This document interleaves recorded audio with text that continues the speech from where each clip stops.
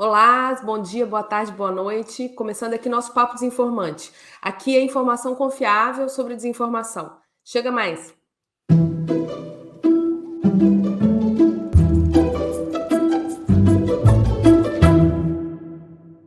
Aqui em boa parte do mundo, as redes sociais, as grandes plataformas, elas gozam de uma prerrogativa de serem mediadores do que as pessoas querem dizer ou postar. Ou seja, elas são protegidas por leis que garantem a essas empresas uma isenção sobre o conteúdo produzido e postado pela imensidão de usuários dessas plataformas.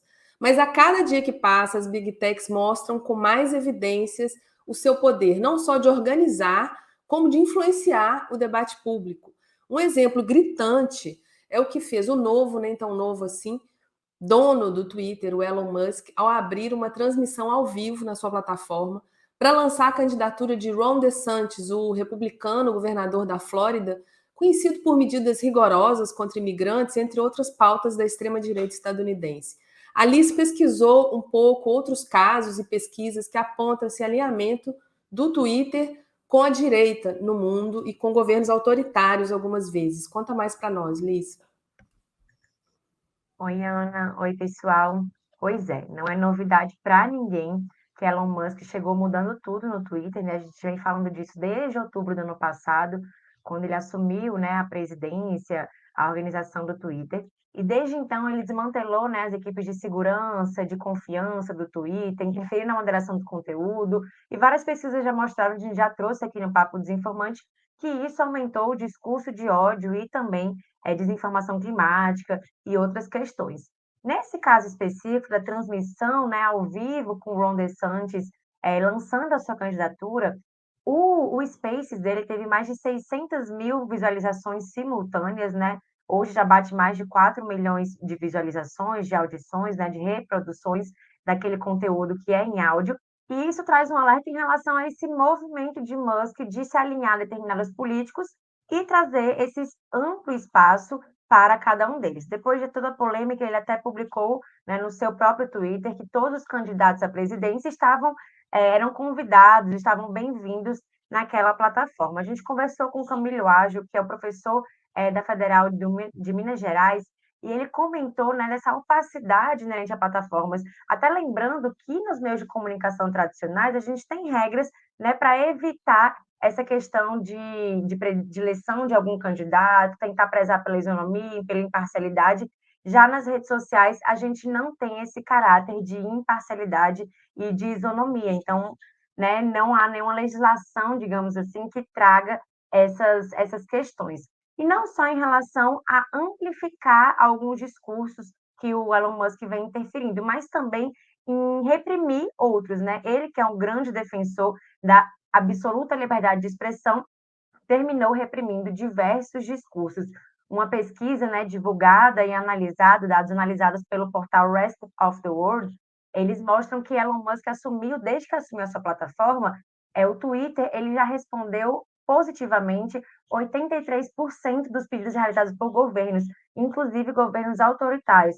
Esse número contrasta com os 50%, que é uma taxa anterior à gerência de Elon Musk. E o que significa isso? Esses pedidos geralmente são ou para identificação de algum usuário para governos, ou então para que os governos, né, pedindo que o Twitter remova determinado tipo de conteúdo. Nesses dados levantados pelo site, a Turquia foi um dos países que mais teve, que mais fez pedidos ao Twitter e mais teve seus pedidos atendidos.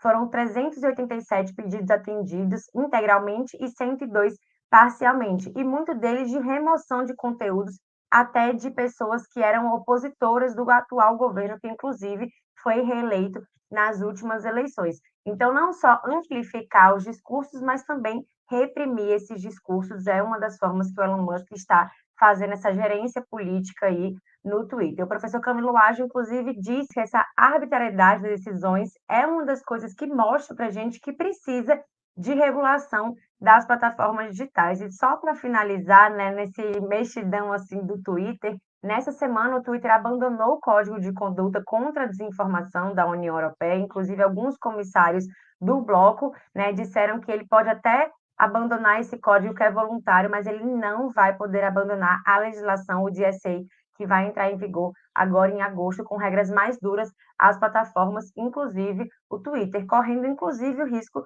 do Twitter poder ser banido da União Europeia, caso não cumpra as regras que estão dispostas na Lei de Serviços Digitais.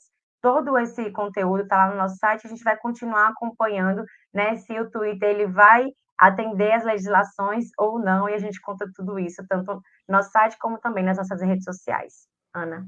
Obrigada, Liz. Muito bom. Quer dizer, de intermediário apenas não tem nada, né, gente? Tá bem claro isso, né? Essa semana está acontecendo o Fórum da Internet no Brasil, um evento preparatório para o Fórum de Governança da Internet, que é um evento global da ONU, né? Que pretende garantir essa internet diversa, né, universal e inovadora. Aqui no Brasil, o evento está acontecendo em Uberlândia, mas está sendo transmitido pelo YouTube do Comitê Gestor da Internet.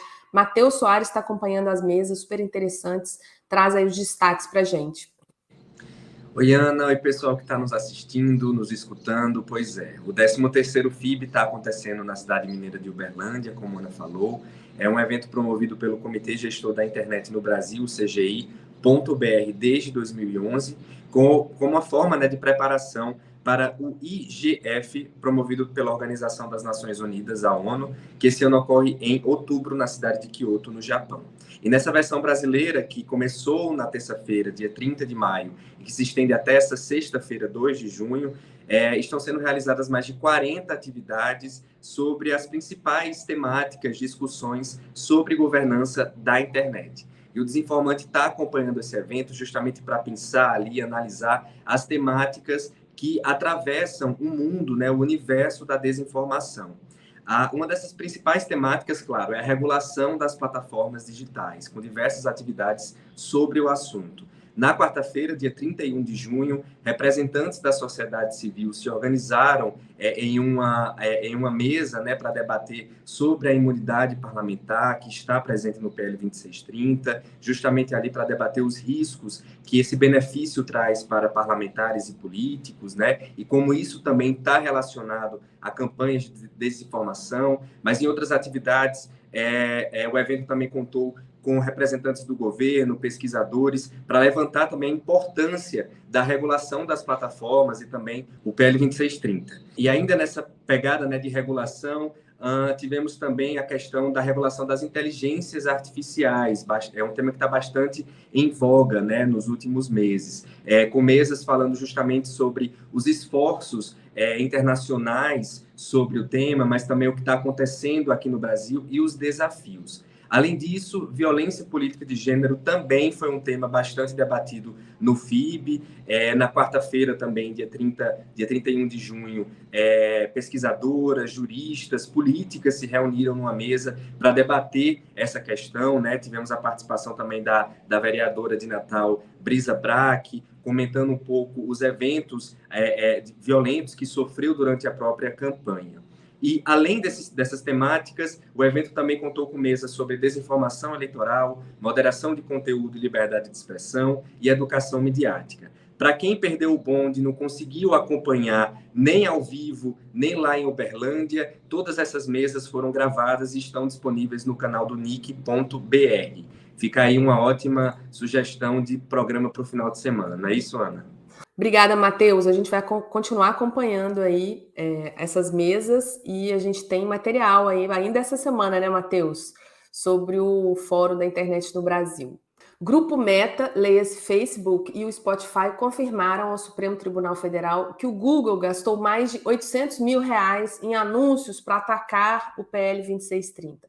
Essa revelação foi feita dentro de um inquérito aberto para apurar campanha abusiva das Big Techs em cima do projeto de regulação, que no final foi retirado da pauta, né, do Congresso e ainda não tem uma data para voltar.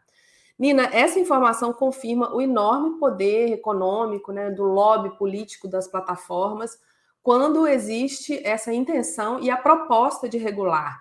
Então, assim, o PL voltando para a pauta, a gente vai ter que encarar uma ofensiva dessa novamente? Pois é, o poder dessas empresas é gigantesco, né, Ana? E assim, por um lado, eu acho que elas são parte do debate público em torno da regulação de plataformas, né? Do meu ponto de vista, a discussão sobre regulação deve envolver todos os setores sociais afetados. Então, a participação das plataformas nesse debate, ele é, sim, bem-vindo, eu acho legítimo, né, do ponto de vista democrático. A questão é que a gente vê aí, primeiro, a quantidade de recursos que tem sido empenhado nisso, o que mostra justamente o interesse, né, ou a falta de interesse que as plataformas têm em uma possível regulação que venha de fora, ou seja, que não seja a tão aclamada autorregulação, em que elas mesmas estabelecem regras para o seu funcionamento.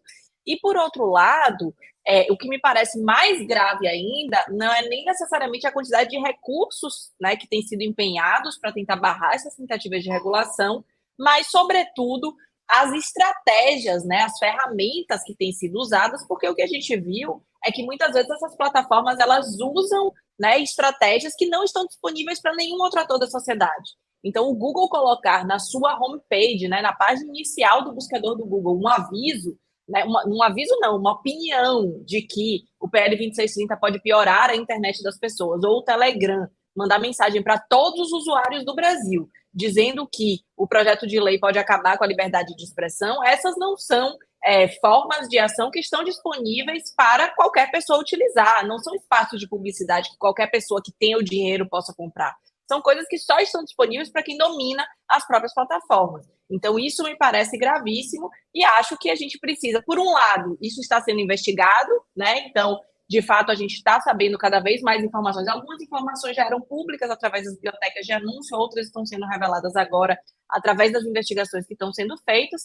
Então, isso me parece, de fato, um avanço, mas, por outro lado, eu acho que a gente tem, sim, que ficar atentos, né, para um próximo momento em que esse projeto volte à pauta, que esperamos que seja em breve, a gente possa, enfim, tentar ouvir todos os interesses envolvidos, sim, mas também dar, digamos assim, os devidos pesos e as devidas medidas a todas as diferentes opiniões que estão em jogo nessa questão. Obrigada, Nina. Mas, gente, esse anúncio foi visto assim mais de 13 milhões de vezes, né? É muito poder, é muito dinheiro e não tá realmente disponível para a maioria dos brasileiros, a gente sabe bem disso, né? Pessoal, o Papo Desinformante fica por aqui. Obrigada pela audiência, obrigada por nos acompanhar. Enquanto a gente não volta, que é a semana que vem, vocês nos acompanhem nas redes, é @desinformantebr, no Twitter e no Instagram. Até a próxima. Tchau.